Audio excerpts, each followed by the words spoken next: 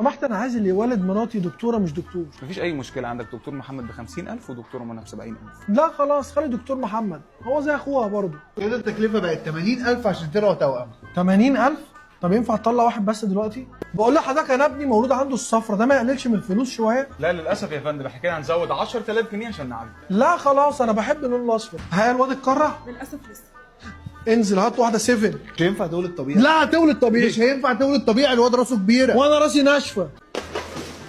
هو حضرتك بتشيل ديكور الاوضه ليه؟ دافع فيه 5000 جنيه، هشيلهم الاسبوع الواد. ما شاء الله ده راسه كبيره شبه الفراعنه. ايوه مامه كانت بتشرب كليوباترا. حضرتك ال 10000 جنيه زياده دول بتوع تصوير العمليه. ليه؟ اخراج محمد سامي. مش مهم، احجز لي اعلى باكج عندك، انا اخر حاجه افكر فيها الفلوس. احجز لي اقل باكج عندك، انا اخر حاجه افكر فيها الواد. سلام عليكم. مين ده؟